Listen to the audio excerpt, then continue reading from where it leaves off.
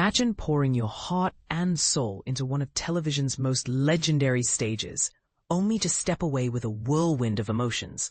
Joy, frustration, and profound gratitude.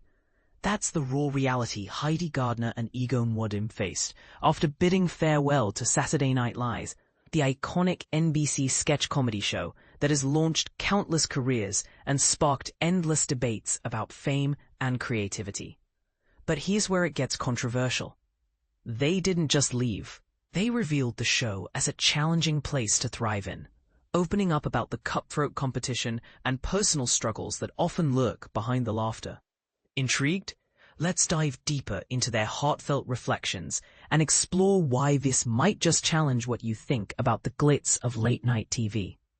Heidi Gardner, a mainstay on the show for 8 full seasons, and Nwodim, who had been there for 7 seasons and was initially slated to return, both chose to exit before the start of season 51 on NBC. For newcomers to the scene, Saturday Night Live, or SNL for short, is a weekly live comedy extravaganza that's been running since 1975, featuring sketches, musical performances, and celebrity hosts that can make or break reputations overnight. Nwodim had announced her departure in September, while Gardner's exit was part of a broader cast shakeup, leaving fans wondering what the future holds for these talented comedians. Recently, the two former SNL stars reunited on Nwodim's popular podcast, Thanks Dad, where they shared a dressing room and forged an unbreakable bond amidst the show's high-stakes environment. During the chat, Nwodim opened up about the show's demanding nature, describing it as anything but a walk in the park. "It's not the easiest place to work, but you were such a huge gift, and I absolutely adore and love you," she told Gardner, highlighting how their friendship became a beacon in what can feel like a stormy sea of headlines and rivalries. Gardner echoed this sentiment, expressing deep affection for their shared journey. "I love you so much, and I'm so honored that we worked so hard there. And then we also worked on our friendship so hard, which wasn't hard, by the way." And this is the part most people miss. Gardner acknowledged the human side of it all, noting that everyone has egos and ambitions, desiring personal triumphs and achievements. She explained that in the competitive world of SNL, where airtime and spotlight moments are fiercely contested, it wasn't always possible for both to shine simultaneously in the ways they hoped.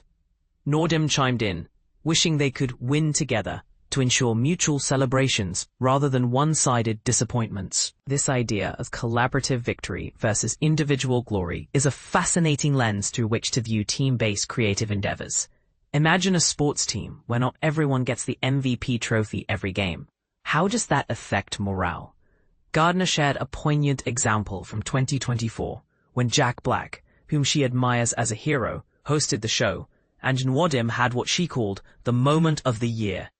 It stirred up conflicting feelings in Gardner, who admitted, "There's a part of me, like if I think about it, I'm like, wait, but I should want that for me, but you had it and it was fucking awesome." This anecdote illustrates the emotional rollercoaster of envy, and Nwodim reflected on the broader pitfalls of the show, warning how easy it is to get consumed by personal gains, landing sketches, outperforming others, or coveting a peer's opportunities, rather than focusing on collective success. Despite these challenges, Nwodim showered praise on Gardner as an unparalleled presence. "There was nobody like you," she said. "You were just such a light in what can be such a challenging place to so many people. And that's just where you stood. And you worked from love, and you came from love. I feel honored to have been there at the same time as you, and I feel honored to have gotten the gift of a best friend out of it. It's a beautiful reminder that amidst adversity, genuine connections can emerge, much like how soldiers in a war zone often form lifelong bonds." In her farewell social media post from September, Nwodim expressed immense gratitude to SNL's creator, Lorne Michaels, for the opportunity, along with her castmates, writers, and crew for their talent, backing, and camaraderie. She noted how the weekly grind on stage imparted lessons beyond imagination, and vowed to cherish those memories and the joy they brought forever.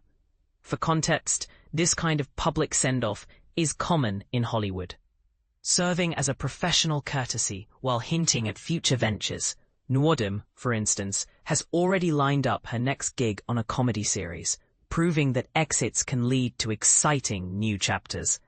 Interestingly, other SNL stars like Bowen Yang, Marcelo Hernandez, and Chloe Fineman have weighed in on the recent cast changes, sharing their reactions to the departures and the evolving dynamics of season 51.